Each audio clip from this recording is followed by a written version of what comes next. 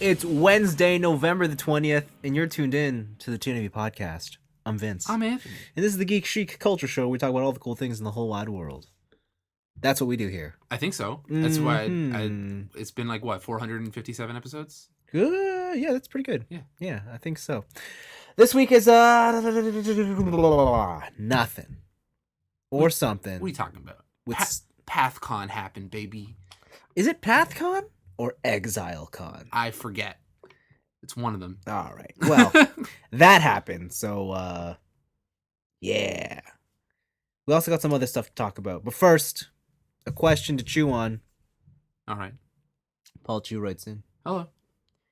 I'm enjoying your responses about Asian food. So one more quick one. All right. Most Asian cuisines that I've had fancy foods and food for the common folk. Oh, the jungle food. Yo, buddy. Fancy versus jungle? Like, what's he trying to say? Yeah, we're going to get into that. That's a hot button issue. Have you gotten to experience both styles for any specific cuisine? Oh, I see what you're saying. Okay. If so, which do you prefer? For the most part, I've always preferred the street food. Sushi is my obvious exception. So he's saying within the same cuisine, there's the high-end version. Yeah. And then there's the peasant version. And he's liking that street meat. Honestly, on average, street food is almost always better than fancy food. But the thing that makes it that way right now is money. Yes. Right? Absolute. So the thing is like you can have street food and you'd be like, I fucking paid like $1.50 for this bubble tart, those little bubble pastry things that you get at the Chinese mall.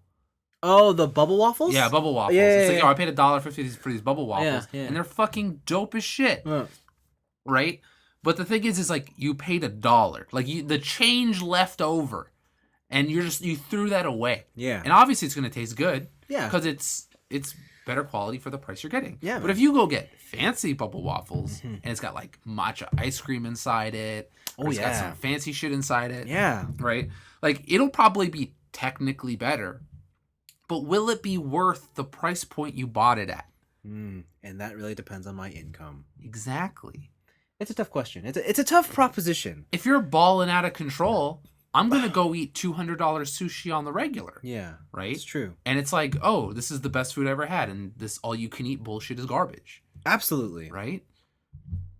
I think, yeah, it's tough to argue with that sentiment, so I'm going to go down to the basics. Something that I consume on a regular, and I've gone both ends of the spectrum. There is shitty bubble tea and very nice bubble tea. There is. And I always find the nice bubble tea is worth it. But again, the price point for high-end bubble tea is still low. Yes. Right? Yes. In comparison to Jiro's sushi. Yeah, that's what I'm saying. That's why I'm using the bubble tea comparison only because they're both within my your price range, comfortable price range. You can be like, oh, you got cha time. Yeah, oof. Oh. Oof. Oh, you're chilling on that cha time? Oh no. Oh, okay. Like I guess you roll that way. Oh, Excuse me while I go to the alley. Yeah. Or I go to Wonzo. Yeah. Right? Oh. Or or I go to Gongcha. Like, oh yeah. Oh yeah, that really rich bougie place. If you want to go to the rich fucking Chinese bougie one, hit up Gongcha or like Tiger Tea or some shit. Yeah. But like, bubble tea is a good example. Like the bougie one is usually almost always worth it. But the thing is the food that you have, like that price ceiling, like depending on how high that goes, you might start thinking more with your wallet rather than your mouth. Yeah. And that's just it, right? The thing is, food to me, like food always tastes best the hungrier you are. Yeah. And the hungrier you are, the lower your standards go. Yo, a fucking McDonald's cheeseburger after a really hard workout is the best cheeseburger you'll ever have. Oh, yeah. It's totally counterintuitive, but it is the best cheeseburger it's the best cheeseburger you'll ever have. I would say that Yo, chocolate milk after a 50K bike ride? Yeah. That's the best chocolate milk I ever had. Yeah, man. Have you ever had water? Oh, water? Let me tell you about water. Oh man, that shit's delish. Yes, it is. I don't know. I think I'd. But if to answer his question seriously, I think I would go with street food, only because the types of food I do like are generally of the street variety. Yeah. Like I fucking loved fried anything. So like, Yeah. you show me fried chicken, I am there. Street takoyaki is almost yeah. always better than Yeah. regular Yeah, takoyaki. yeah.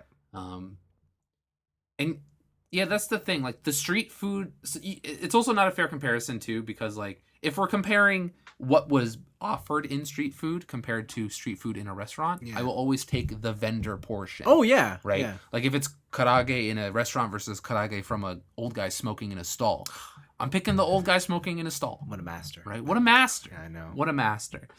But there are certain things that street stalls cannot offer. Yeah. Right. Food trucks are obviously trying to stop that, but usually those are during events. Yeah. Where you're gonna pay the marked up price, and it's like, oh, I paid $20 for a bloomin' onion. Mm-hmm. Fuck.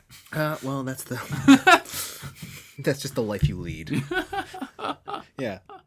Yeah. Yeah, I think I agree with you. I would mostly pick street food, mainly because the more interesting food is the street food. Yeah. Yeah. I've always wanted to do. Is it Thailand that has like the famous street food market?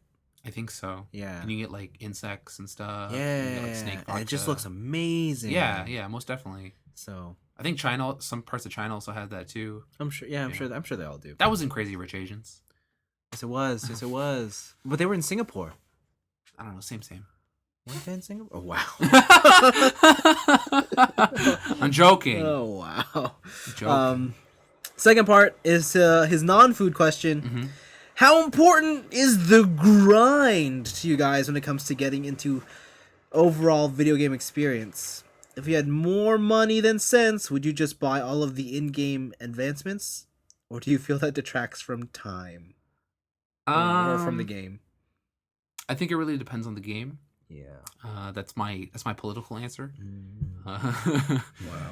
It's like phone games are meant, like they're not meant to be grinded. Absolutely. Right? They're meant to be, give me some money and I'll give you the boost. Yeah. Right? For sure. But if we're talking about like, hey, if you paid $10, you can just get to level 99 in Chrono Trigger. Yeah. And we give you the Dream Eater. Yeah. It's like, that kind of defeats the point.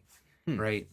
To me, the grind in games that involve grind are a part of the game experience. Yeah. And it's a unique experience that only video games can really offer. Like, I'm never going to grind in a movie, right? Like, in Scarface, you're not playing through every little drug deal he does to get to where he is at the end of the movie. Right?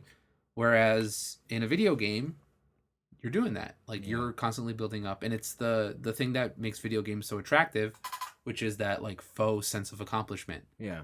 Right. So I think that I would rather have the grind than to pay to skip it. And I think we've come to a conclusion on this podcast before that I'm not really a fan of the grind. Like the grind is just a means to an end for me. It's not something I necessarily enjoy. It is cool to like work towards a certain thing. Yeah. But again, like if a game wants you to grind in a certain way, like that's part of the experience and that's what shapes that game. Mm-hmm. It's, dare I say it, part of the art. Part of the art of video games. Disgusting. I know. Yeah, I think I would, I don't know, young Vince would be like, I love the grind. I live for the grind. Yeah, I live for getting Ultima Weapon on disc 1 of Final Fantasy VIII. Yeah. But current Vince, his grind is different. His grind is skins in Overwatch. my grind is for skins I can only wear one at a time. And yes, if I had more money than sense, absolutely, I would just not grind. See, that's different though. Oh, I know, because it's like a randomized loot box. Like I think I would say that Overwatch loot boxes are more in the sense of a mobile game. Yeah, you're right.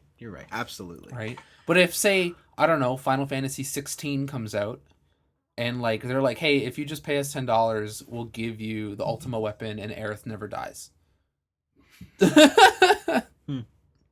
Right? Like, is that something you would really want? No. If it's like in that, like in the traditional like a JRPG sense or an RPG sense, no. I think that's part of the game. Yeah. Like I think it has to be. There are instances where I feel like some games have too much grind, where like they rely too much. Like I still think that's the greatest flaw of the Persona games. There's a lot, like even Persona 5 kind of fixed a lot of those issues, Yeah. but there's still a lot of grind in those games. Yeah, like I love 3, but don't get me wrong, like Let me tell you about Disgaea. that's why I have never gone into Disgaea, because it is just grind. But some people just they live for that. Like there are certain games where the grind is the appeal. Yeah. Like Disgaea is that for me. Yeah. Right? I've put in maybe 200, 300 hours into Disgaea 3 alone. Right? Where it's just like, okay, I'm going to get my guy to level 9,999, restart him back at 1, better base stats, bring him back up again, and then reset him again, and like do that over and over again. But there are certain games where the grind is just tedious as fuck. Like the Tales games or the Star Ocean games. Mm-hmm. Right, where I tried to get into those games and the grind was just too hard, or just too tedious, and I'm just like, I'm out. Yeah. I'm out, baby. I think that's a lot of the reason I don't play MMOs anymore, is because it's not the only game I'm playing. So if I want to actually play other things, I'm gonna be so far behind in the MMO that it doesn't. Like, why am I playing this? Yeah, I guess so. Like, and like just to go back to his question about having more money than sense, I think the real consumable that we have to worry about nowadays is time. Mm-hmm. Right? Like, it's not about like I can make all the money in the world, but like, do I have the time? Well, you can make all the money in the world and then get all the time. Right? Because it would just be like I bought it all, but if I couldn't enjoy any of it, then like no, not what I'm saying. What I'm saying is that you have all the money in the world and then you buy back your time. Right? It's like there was, I think, a news story a couple years ago about a couple in New York where they both worked like 6-figure salary jobs, like super important, but they retired at 30, right? Because they lived super under their means, and they're like, now we're on a fixed income for the rest of our life, like, because they're just not living that rich lifestyle, right? Like, that's a possibility. True. Just because you're making baller dough doesn't mean you have to live in a McMansion. Doesn't it, though? For the company you're keeping, maybe. I don't know. I think so. Right? I think you have to. Oh, Reginald, why don't you come over to my abode? Oh man, that's a pretty sick goal. If I make so much money that I just change my entire speech pattern and I have a butler. Oh yes, hello Reginald. Will you please come down to the 5th floor of my 7-floor mansion? Oh my god. Please take the elevator. Oh god. The stairs are under construction. Oh, I'm having a escalator installed. Wow. A spiral escalator. Ooh. That'd be something. Wow. Anyways. Yeah, I think the grind is part of the art. Like, for better or for worse. That's a box quote. The grind is part of the art. Yeah. Yeah. Disgaea, feel free to quote me on that for Disgaea 6. Oh, get out of here. Yeah. No. Well, thank you, Paul, for writing in. Yep. All right, picks of the week. No. What? Bro. What? Please. What? We have a Mac attack, baby. Did this just come in? No, it did not. When you did it come failed to check. What? I just opened up the email. When? It came in at... Oh, because you read it before my thing updated. No excuse! Oh! No okay. excuse. Do you want to read it? We have a Mac attack. Brian Mac writes in, hello, nerds. Okay. With the new release of Pokemon Sword and Shield, bringing the land of of biscuits and tea, which other region of the world would you want Game Freak to use as a reference next? What animal should each type of starter be? Region? Yeah. What country of the world do you want the new region to be? Have they done America?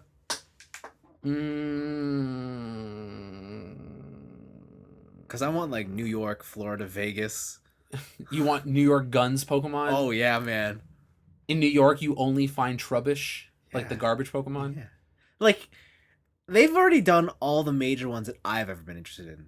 Like, obviously, they did Japan. Yeah. They did Paris. Yeah. Now they did London. France. They did London. Yeah. I mean, I guess they could do, like, Italy or Spain. Mm-hmm. But, like, at that point, we're just going around Europe. Mm-hmm. And I just want, like, the American Pokemon experience. Like, I want that. I want Canada. What the fuck? Yeah, man. Get out of here. I want Canada. I want the very south of the map to be a big bustling city, and I want the top of the map to be a fucking tundra.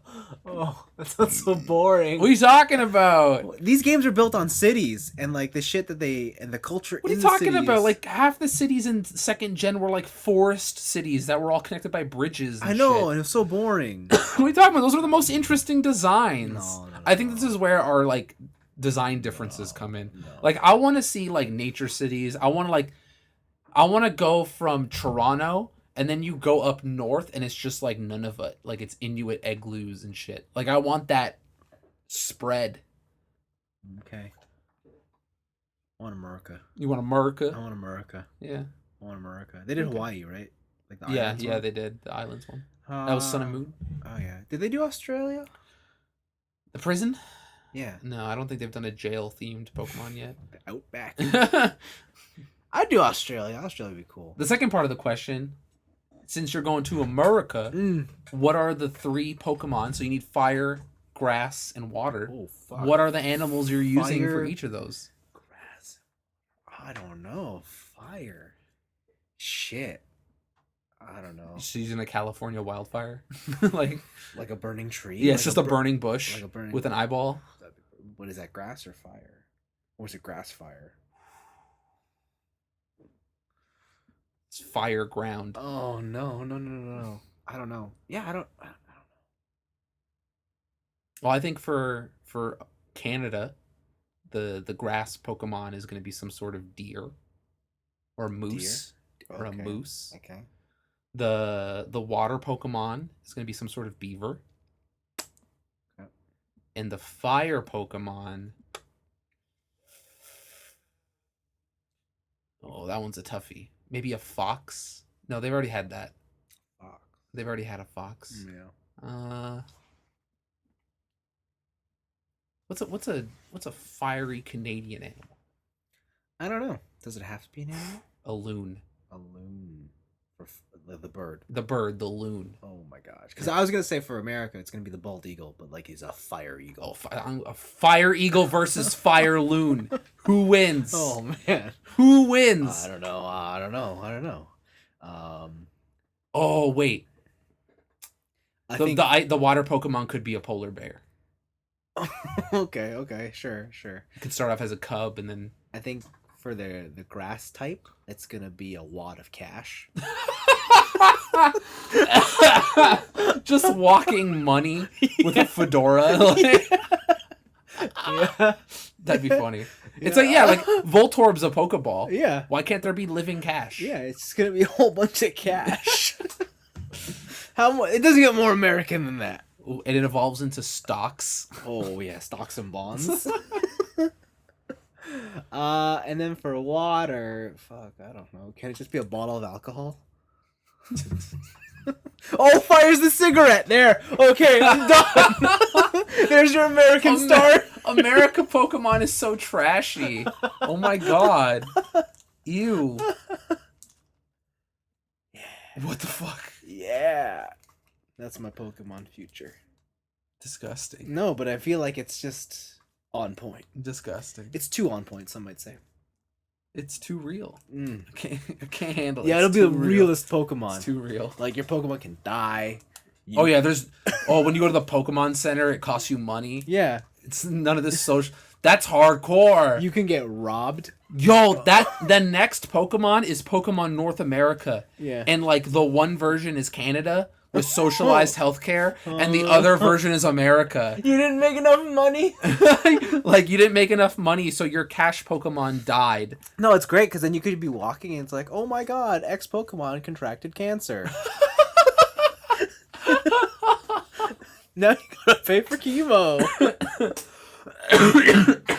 A Restore All in the Canada version is like $20. Yeah. But a Restore All in the America version is like 5,000. Yeah. I want to be so that other players can hold you up, steal your Pokeballs. But in the Canadian version, you get trapped in the snow. Oh yeah. Oh yeah. See? It's good. It's good. I like it. Give me that Pokemon.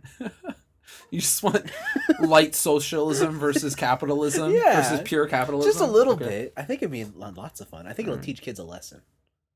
I'm honestly surprised they haven't done like more Asian countries. Like Vietnam, China, Thailand. Have they Korea. not done China? I don't think so. I think they've had maybe Chinese elements, but I don't think they've ever set one in China. Oh, that's true. Yeah, they've always had Chinese elements Yeah. everywhere. Hmm. Yeah, I don't know. There's a lot of options, but personally, being Canadian, I want to see a Canada Pokemon. Canada Pokemon. Yeah. Canada Pokemon. It's like that one guy who drew all the Canadian Pokemon. Like one was the Hoser, and it was a hose with eyes. And Yeah, I was, remember that. Yeah. the Tim Hortons Cup. Yeah, I wouldn't be surprised if the next place was Italy. I could see it. I feel like fashion. that's like the next stop. Mm-hmm. That or Spain, but I think it's gonna be Italy. I think Italy would be fun. Yeah, it could be lots of fun. I'm sure it'll be lots of fun. Now we're on to the Picardos. Yes. Yes. Okay. You want me to start, or do you want to start with your? I'll start off because mine's pretty simple. Yeah. Hello, Moto. I'm sorry. What? Hello, Moto. I haven't heard that in a long time. I haven't heard it in 15 years. Jesus Christ, has it been that long? The first cell phone I bought with my own money, with my own job, was a Motorola Razr. And it cost you 50 cents. I don't know. It was back in 2005. I think it cost me $150. That's insane. What? Because phones now are like $1,000. To be fair, phones do so much more than what that Moto. What are you talking about? I had T9. That's all I needed. But the thing about that Moto Razr was, I remember it was the first piece of technology where I actually worried about how technology looked. Oh, really? Like where I bought it because it looked cool. Not necessarily what it did. Yeah, like it was the first time I remember buying a piece of technology where I didn't care about the specs. I bought it because that shit was thin, and people knew that was a cool phone. Cool. And it proceeded to be the worst phone I've ever owned. What an advertisement! I'm surprised you didn't get that T-Mobile Sidekick.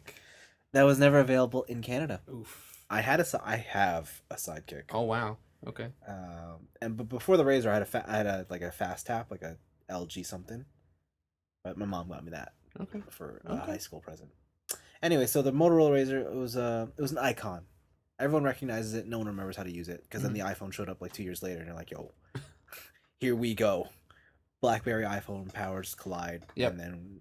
And then BlackBerry faded, and Android showed up, and now we're here today. Yeah, we're at the oligarchy. But Motorola's like, we're coming back, baby. We're coming back. And they're bringing back the Razr, and they've still spelled it R-A-R-Z. Yeah. R-A-Z-R. Oh, they copyrighted the name. Like, they gotta use it. Razr. That's such a good name. And it looks, on the face of it, like the old Razr. Mm-hmm. Only it's a bit more sleeker. There's a bigger screen on the front. But the big kicker is, when you open it up, It's just a touch screen. it's an entire foldable screen. That's insane. It's fucking Android.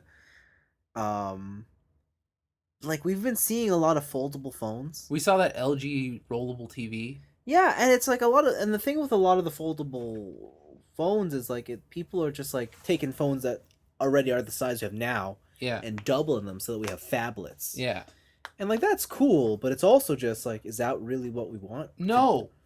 And so when I first saw this, I'm like, that's fucking genius. That is the use case scenario for a foldable phone. Here is your full size phone. Yeah. But then make it small. Exactly. Yeah. And the screen's protected, and they still it just seems like the correct choice. That's what I want to know. What's the drop test on that?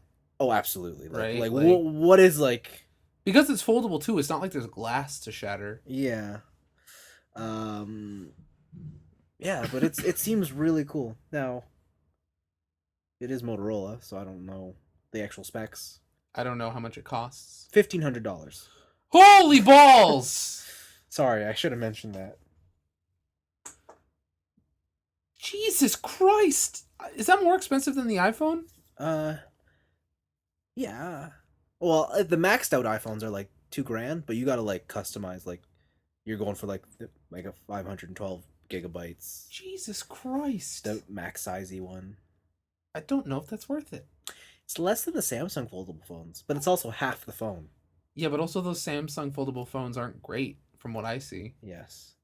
And you're right. The foldable phone technology is still very much in its infancy, and I don't know what this is going to do. Mm-hmm. Is it enough to sway me away from my iPhone? No. Because at this point, I just want something that works. Come over to Android. No. It's fun over here. You buy an Android phone because you want to be able to do extra stuff with it. Yeah, that's why I bought it. You buy an iPhone because you want something to work. Ugh. You just need it to work. Listen, when you're right, you're right. But also, ew. Oh shit. But also, gross. Okay. Was that Paris Hilton thing? It's not hot. Oh, it's not hot. That's not hot. Shit. That's not hot. That's always been the Apple way. Like no one buys Apple for value or because they do the coolest shit. It's because they have the lockdown system. Nobody can do shit. Yeah, and it's because works. and it just works when you need it to work. Yeah. That's like that's the truth of it, right? But anyways, yeah, Motorola Razr is back. Check it out. It's a slick ad. It's a slick product. You know, it has the fucking chin from the original Razr. Yeah, it does. Yeah. Yeah. And when the girl in the video, she's holding up, I'm like, oh my god, I want to make a phone call. That's a phone. I want to talk to somebody. Yeah, like Jesus, it's hot. Yeah, but that's the Razr. Okay. I got a couple. So Street Fighter 5 is coming out with Champion Edition. I saw. This seems like it's going to be the final version. Has all the costumes, has all the characters. Yeah. I think it's 30 American if you buy the disc, and it's 25 American if you upgrade. So if you already own the game. If you already own the game, you get a $5 discount. But the major thing here is that they added Gil from Street Fighter 3. They did. The guy who's 2 elements and also a fucking cheater. Well, he resurrects.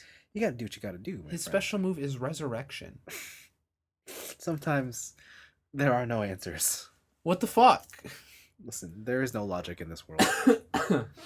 That's just a quick one. Continuing on, Rare has a new video game. It's called Everwild. I'm only bringing this up because it's just a fucking beautiful trailer. It looks very nice. It looks very, very nice. I don't know what's happening in it. It looks like Pocahontas meets Dauntless. Yeah. Yeah, it just looks super nice. It's a very beautiful trailer. I'd recommend people check it out. I think this is the first game Rare's made since they were completely purchased by Xbox. Yeah. Yeah. Did they make anything before this? After the purchase? I don't know. I don't remember. Nothing I can recall. Exactly. Continuing on, Majora's Mask speedrunning has been broken wide open. Why? What happened this time? Because they figured out a way to warp to the moon. What? Yeah, baby. They figured out a way to warp to the final boss fight. That seems like it's cheating. So any percent runs are all cheating. Okay. But the way they do this is fucking insane. Because what they have to do is, with the Zora mask, go into, you know, the poison swamp area where you go to in the beginning? Yeah. You have to grab a blue rupee and drag it using the Zora fins. You know, the boomerangs, how they pick up stuff? Yeah. You can make it so that it drops it before it gets to you. And then you can bring this blue rupee to a place it's not supposed to be. And then when it's there, you do some weird memory shit and you wrong warp into the final boss. That sounds like a fucked explanation. I recommend you watch the video on it. I believe it's Kotaku that posted that. Yeah. The article is called Players Find Holy Grail of Majora's Mask Speedrunning. And there's a video in there showing... So what kind of time are we talking? So far, I don't think it's been implemented into a full run. But someone has found the warp. Oh, okay. That's basically the big news. Okay. And if they're able to do this, maybe they can exploit it in different ways to warp maybe from somewhere else. Maybe it'll just turn into Zelda Ocarina of Time, where I beat Goma and then I'm at the final boss and the game's over. Yes. Huh. So yeah, it's a pretty big deal in the speedrunning community, but it's a cool thing. Itman is back. Sure is. Donnie Yen is here to stay forever, apparently. DY. And Donnie Yen is now facing the greatest enemy of all. Himself? America. Oh. Shit. Good luck, bud. So in the trailer they show some it's all silent, there's no dialogue. It shows Donnie Yen hitting that wooden horse and then America comes by and sets that shit on fire. Didn't he already fight America? I think he did. I think he fought them in 2. I was talking about Tyson. Oh, yeah, he did fight America. Okay. Right. That's yeah. And he didn't exactly win. It was a tie. Was it? I think so. Okay. Because Donnie Yen was going to kick him in the balls. Oh yes. Yeah. That fight was full anime. Oh yes. Yes, it was. Mike Tyson would punch him and he'd slide across the ground. Yeah. But yeah, Ip Man 4 is a movie that is going to exist in the near future. Yeah. At the end of the year. Yeah. Just let this series die. I think it said Christmas. Yeah. Let the series die. Oh, yeah. It's done. Yeah. It's over. Yeah. Donnie, do something different. And then we get into the Path of Exile convention. Yeah. A whole bunch of stuff got announced for Path of Exile. Sure did. First off, there's a mobile game. Oh, okay. And they were smart about this because unlike Diablo, before they announced the mobile game, they announced the stuff that the players would actually want. Which when we get into it, so the mobile game looks cool. Apparently they're gonna change around like typical mobile game like money gathering strategies. Yeah. And they're just gonna be like, what if we made a game that's just fun to play and not just a cash grab?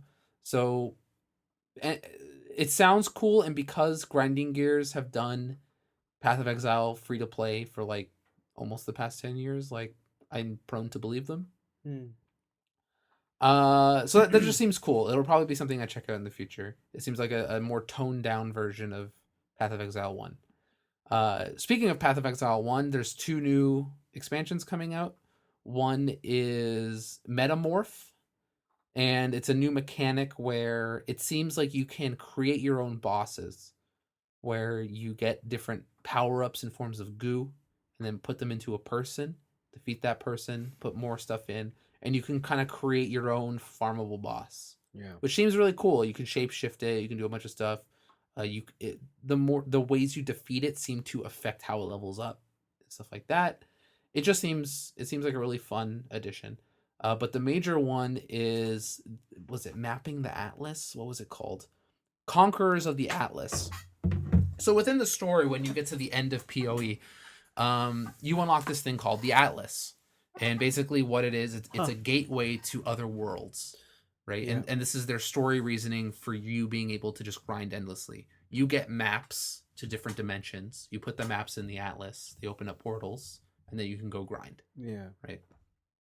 And there's a whole story thing where there's this guy called the Shaper, and he's the one shaping the universe into his own like fucked up concoction, and maybe this is the reason that the universe is in such a disarray.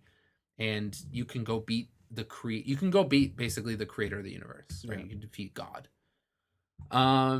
They take this premise of the endgame grinding and they put it into a story to expand out the endgame. The person who you work with, she's like, I've seen people like you. Yeah. And after they defeated the Shaper and the Ultimate Evil, they just kept grinding. They kept going. They kept going to alternate worlds, conquering alternate worlds, and they just had an endless thirst for power.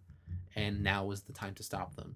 So they show that different parts of the Atlas have different realms. Yeah. That there's older like exiles that have become like de facto rulers of those areas, and you can go defeat them. And they've upgraded the Atlas, so you can like gem the Atlas now to upgrade areas of your map. Yeah. It's all endgame grinding, and the trailer looks bonkers because they're showing you all endgame content. Even you were like, "What is happening here?" Yeah, it's pretty crazy. It's like an Amazon shooting a spread shot, but then like it has a proliferate gem. So then when an arrow hits another enemy, it casts it again from that enemy, and then does some wild shit. Yeah, it's endgame Path of Exile is insane. Yeah. But the biggest announcement is Path of Exile 2 is a video game. They are setting the story. I think it's 20 years in the future. They have killed off every playable exile except for the witch. And they're changing fundamentally the way that game plays. It is still an ARPG. It's top down, not isometric, but still top down. You're killing enemies, getting loot, doing stuff. Yeah. But for people who don't know, in Path of Exile, the way you get skills in that game is not by leveling up, is by getting gems. And you put gems in your armor to give you skills. Now what they've done, instead of having these sockets, every item will have identical gem slots, right? So a bow, for example, will always have 4 green slots. Yeah. But to use support gems, you gem your gems. Hot. Yeah. So you have your skill gems. So say you have spread shot, right? And you want to put things on it to support it and make it more powerful. Now, instead of putting the gem in your armor and hoping that you have a 6-link bow with the proper color spots, now it's just put the gems inside your gem and then put the upper gem into the socket of the item. Yeah. Right?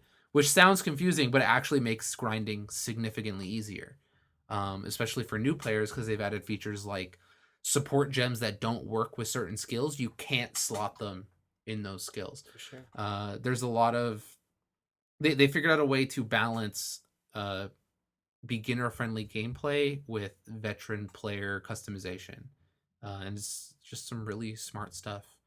They've changed a lot of their boss fight like theory, where they mention even in the video, like the first time they had PoE, like all the Act 1 shit, like that's all super dated. Yeah. Right? And people are still playing through it. But now they can start beginner players with new exciting bosses and new exciting mechanics and stuff like that.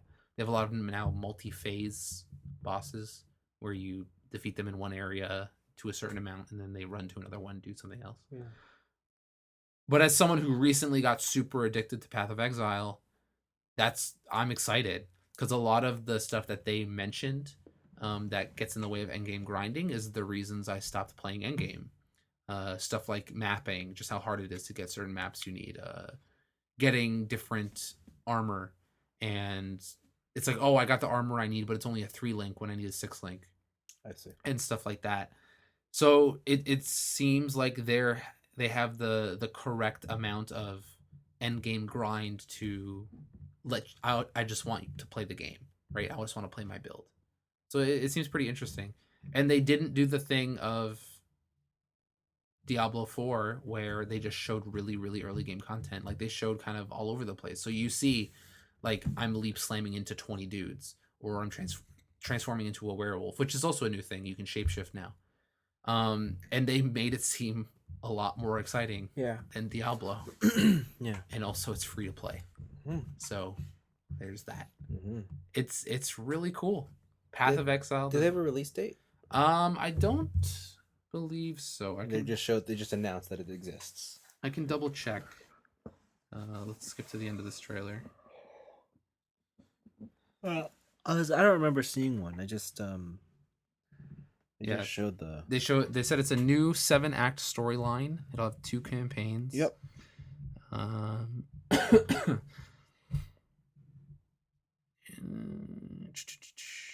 Yeah, I want to say there's no. Yeah, I did not see one, but I assume sometime next year. I'm going to assume mid to late next year. That's a fair assessment. Sure. Yeah. But yeah, new game engine, new story, 19 new ascendancy classes, which basically, like, when you pick a character, you can ascend to specify into a certain skill set. But yeah, new skill tree. Cool. It's new Path of Exile, man. It looks fucking rad. Neat. Those are my picks. Cool. Let's move into our weeks. I'll kick things off. I watched Terrace House. Again? I thought you were done. No, I finished it now. Okay. I finished it now. It's alright. How's Best Drag Race Girl? I don't know why they want to hurt her so much. Did they kick her out of the house? No. But always be toying with her heart, you know? Of course, you know who wouldn't toy with their heart, Vince? Who? You. You're right. I would be straight with her. You would be straight with her. Treat her right. You would. It's true. You would be the nice guy she deserves. Yeah, I would be. Why can't you just be here with me and speak English? You know, I've been studying Japanese for a bit. You can join. No, that just sounds like a lot of effort. It's a lot of effort. It's a lot of effort. I don't recommend it. No, I just can't. Yeah, so that's that. I there was something I watched. Or maybe I didn't. Oh yeah, My Hero came back. I've been watching that. Fun stuff. Have they got to the fights yet that I want to see? They did the Red Riot one where Ooh. he does the extra hardening or Yeah, something. yeah.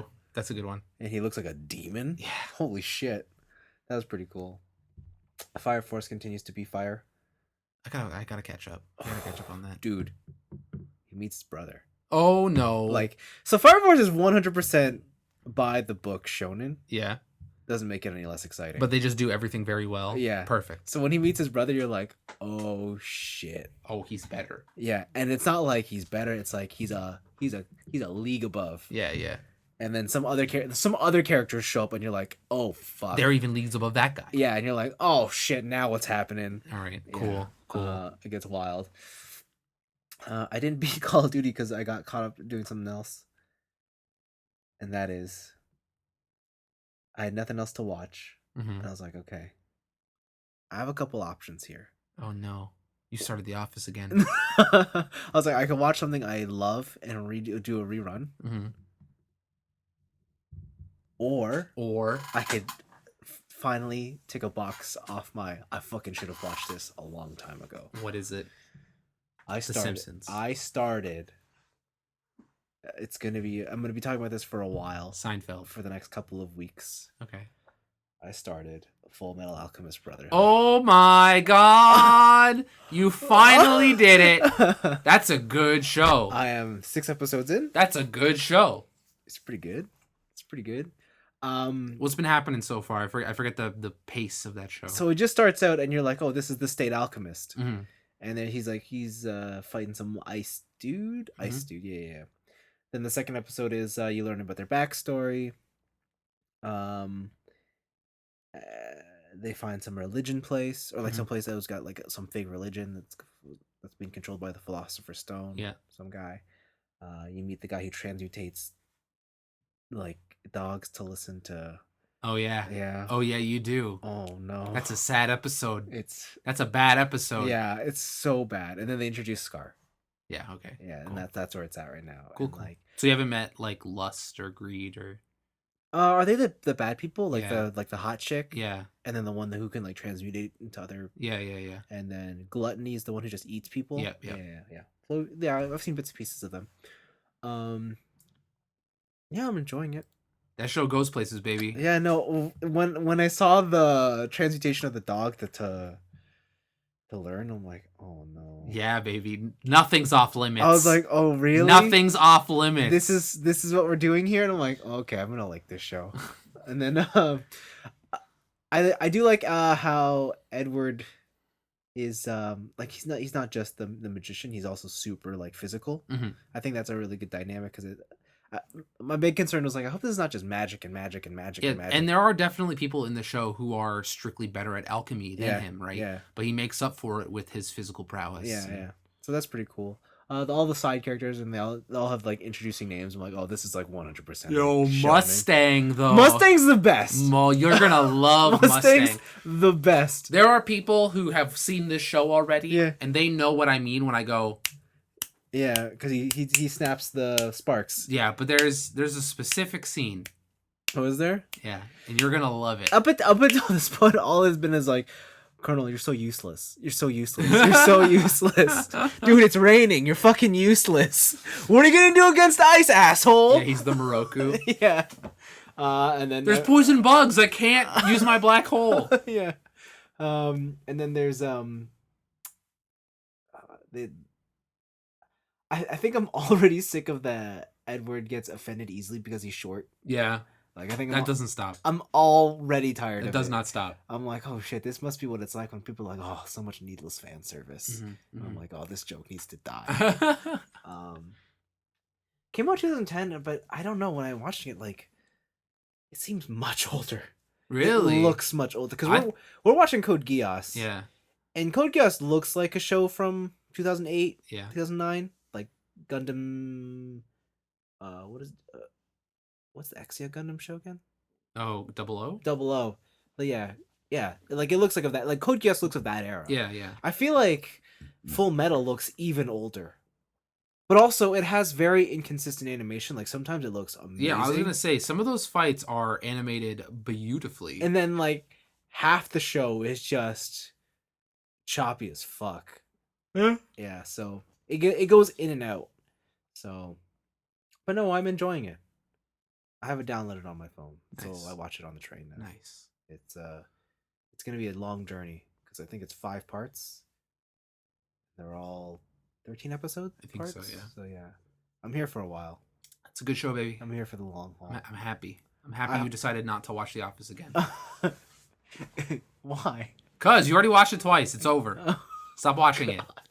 What about if I've picked Friends? No, stop. Stop with the sitcoms. Before it goes off on Netflix. Watch the anime. I am watching the anime. It's just I hope to finish it before the end of the year. Fair enough. Yeah, I should be able to. Depends if my life gets better than I thought. Mm-hmm. I should be okay. Cool. And I think that is it for my week. Cool. In my week, I had some childhood memories ruined. Where I watched National Lampoon's Vegas Vacation. This is a childhood memory? This is a childhood memory. I fucking love that movie. Okay. As a child. Okay. And as you may guess, that movie does not hold up. No. There is a lot of all the humor in that movie is suited very well to a 6 to 10-year-old scope range. Okay.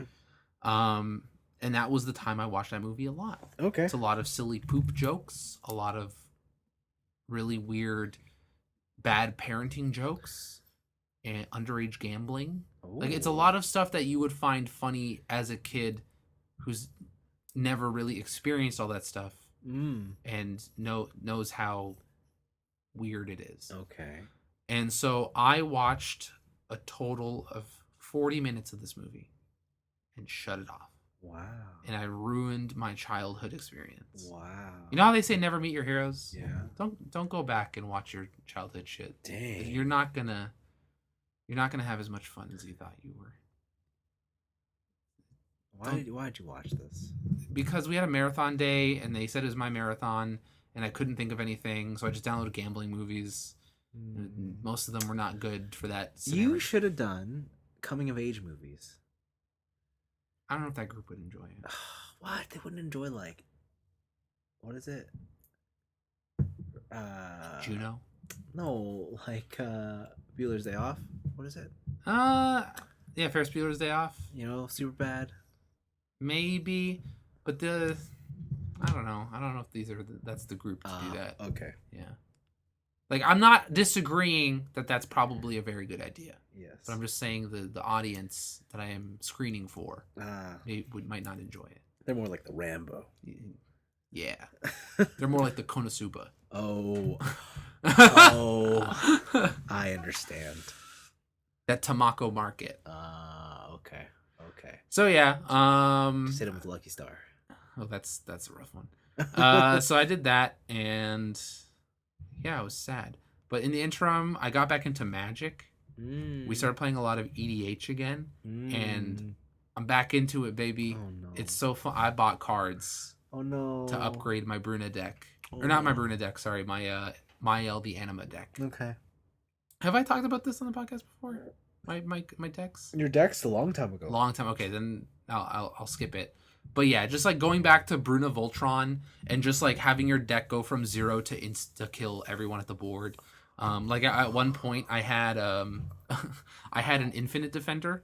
So I had a card, just like a chump block or whatever, and I put an aura on it that had protection from all colors.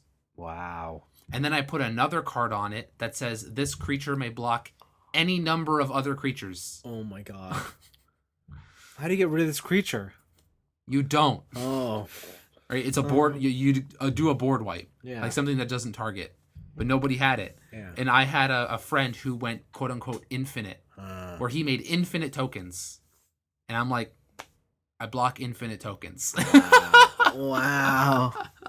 And then I got Bruna out, who has flying, and none of his tokens had flying. Oh, and I killed him in one hit. Oh my goodness. He was fantastic.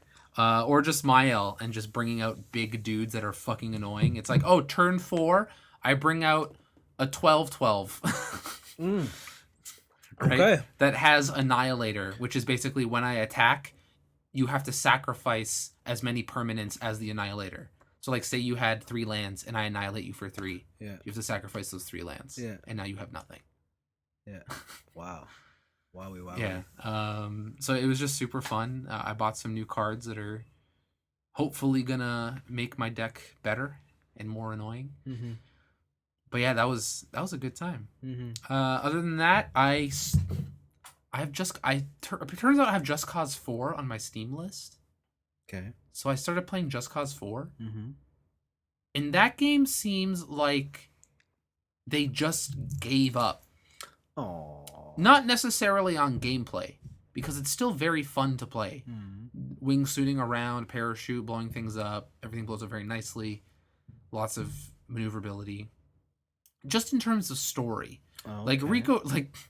So the thing is, there's a evil organization called the Black Hand. And they made a machine that can control the weather. Tell me more. They can summon tornadoes. Ooh, tornadoes. And thunderstorms. Ooh. And stuff like that. And so basically they're just...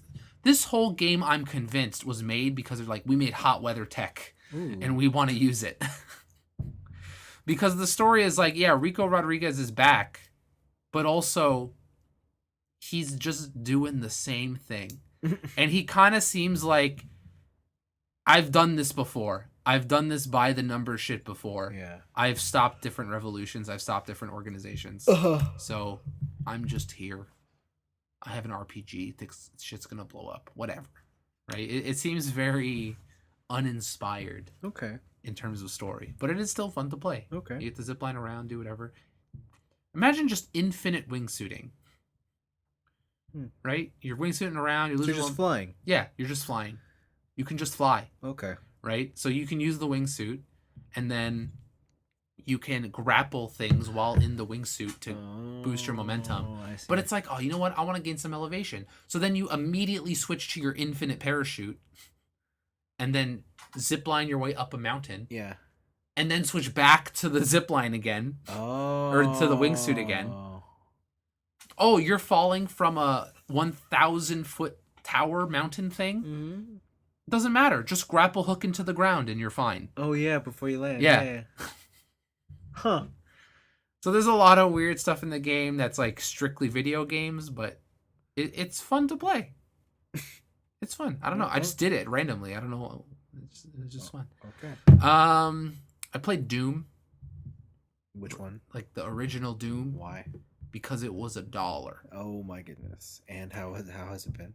Yo, the Steam version of Doom runs in DOS. Whoa. That's the only thing I want to... Like, it's Doom. Like, Yeah. it's Doom. I was going to say, like, what can you tell me that I don't already know? You play mouse and keyboard, you play Doom. Okay. Right? But the latest version of Doom opens up your command line and then runs it? And runs it in DOS. That's pretty cool. It's fucking rad as shit. Yeah, that's pretty It's so cool. And along with that came, like, Final Doom.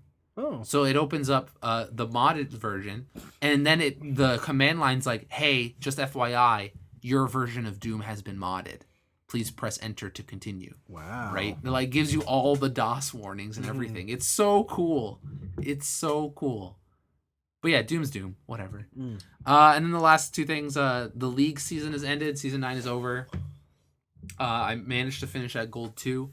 I could not make it to Plat. Damn. Feels bad, man. Oh, well. I was at Gold 2, like 99 LP. And then I went on a mad losing streak, and I went down to like Gold 3. So and then you got back to then I worked my way up to Gold 2, and I'm like, I'm out. Oh, it's just stuck in that yellow. Yeah, I made it. I'm stuck, man. I'm stuck. Yeah. The losing streak came when I wasn't doing with that guy I met. Oh. So tried to risk it for the biscuit. Got too close to the sun and got burned. I got too close to the sun, baby. So yeah, it was it's fun. I'm experimenting with different supports. The new one I'm using is Vel'Koz. Yeah. Or is that his name? Vel'Koz? Vel'Koz? Did I talk about him before? I can't remember. He's an alien. He's like think of like who's that guy from Marvel vs. Capcom?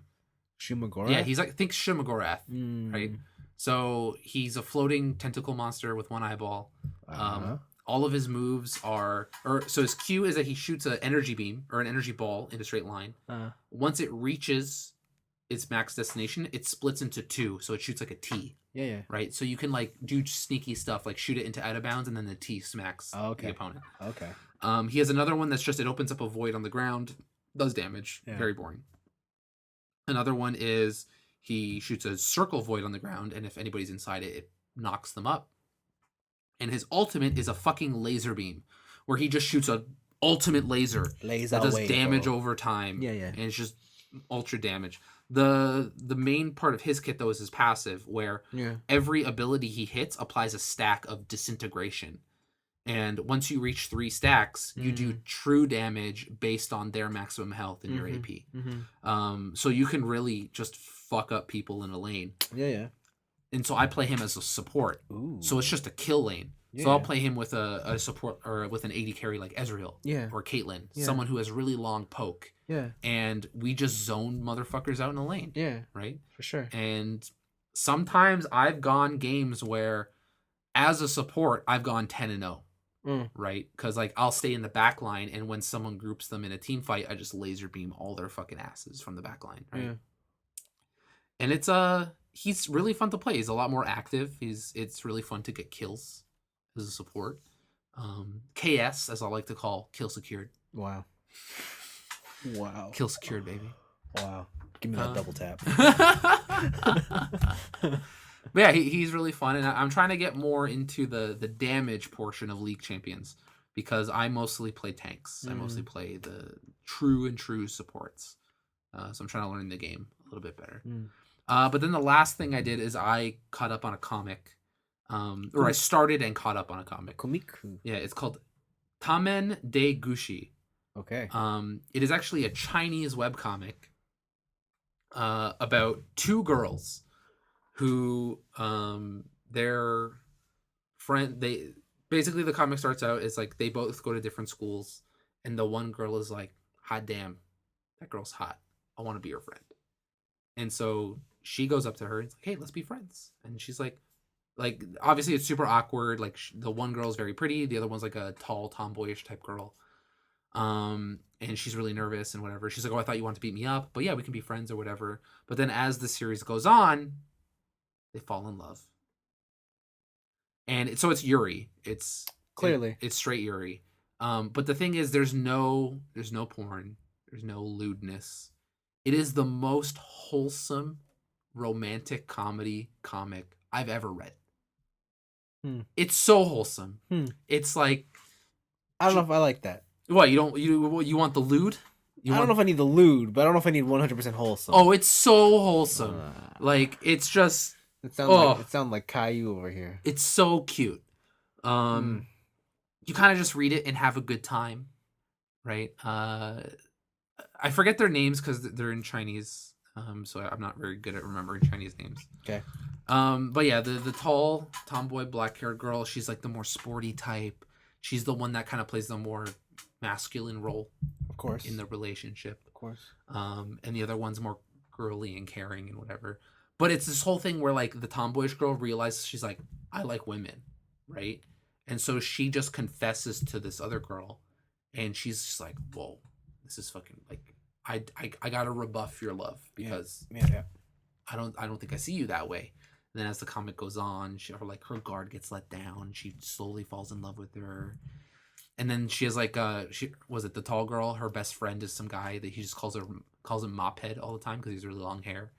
And there's a lot of funny comedic stuff with that, where him and another guy from the school are all hanging out with the 2 girls, and they're always just fucking jealous because they're like, fuck them. Like, I want a girlfriend. What the shit? How come she gets one and I don't, right? And stuff like that.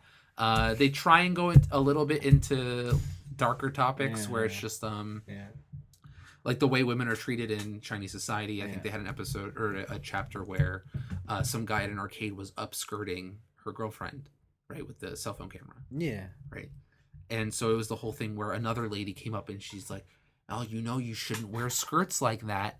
and the tom girl's just like, fuck you. Yeah. Right, it's not her fault, right? Yeah. She can wear whatever she wants. She looks cute in that skirt. It's not her fault that he did that, right? So they try and do stuff like that, but mostly it's focused on those two. It's focused on the comedy of the classmates, and yeah, just gay relationships within China, right? They haven't gotten to the dark stuff, which I assume is going to be telling your parents you're gay, yeah. and stuff like that, especially in a conservative country like China. Yeah. But it's so good. It's very wholesome. I enjoy it so much. I caught up on 180 chapters in a week. This is sounding a lot like that new Renault Clio commercial I saw. New Ren. Oh, that one, yeah. Except that one's not trying to sell you a fucking car. Right? This one at least seems very authentic. Yeah. Where that Renault commercial is just like, that's just fucking marketing. Oh yeah. Right? They're trying to get that gay money. Yeah. Oh man. That's what they're doing. Ooh, yeah. So yeah, that's a fantastic fucking comic. Highly recommended. Very wholesome. Hot damn. Very, very wholesome. Also, everyone stylish as fuck. I don't understand how everyone can be so stylish, but maybe that's what just China is. They got all the money. Yeah, that's true. Maybe they're just balling out of control. Why not? Oh, and there was one thing I did. I forgot. I did was I watched a movie. I was recommended a series or two older Asian romance movies. The one I did watch is called The Scent of the Green Papaya. It is. I think it was made in the 90s. Yeah.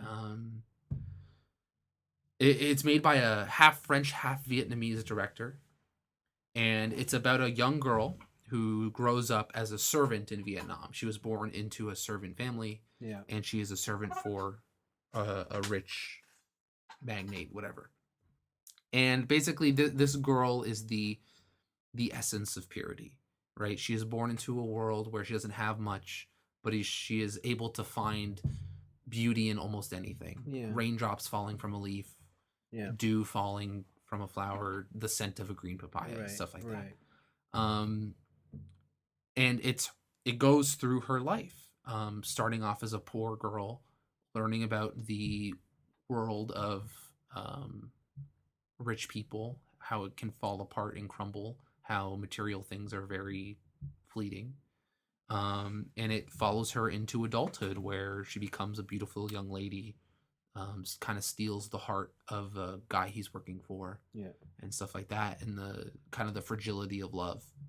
It's it's the most pretentious movie I've seen in a long fucking time, but also this movie is pure art. Like, you watch it and it doesn't really, it's not grandiose in any way. It's not trying to convey some sort of political message. It is just a story of romance. Good ending? Happy ending? Good Tragic ending? It's a good ending. Their choice of music makes it a little creepy. Ooh. I think that is the one knock against it. The score isn't fantastic. What little there is, the score isn't fantastic. And the song they pick for the ending of the movie makes it seem a little creepy, but that's not what the character is at all. There's no hint that the character is that sort of creepy. So maybe that just has to do, because the guy who made it, that was his first movie. Yeah, he directed it. Also, what's really interesting about this movie is, so it looks like a lot of the movie is set in Vietnam. The whole movie is actually made on a soundstage in France. Wow. Yeah, and they managed to make a bunch of different eras of Vietnam. Cool. It's really cool. So yeah, highly recommended. That movie is art out of 10.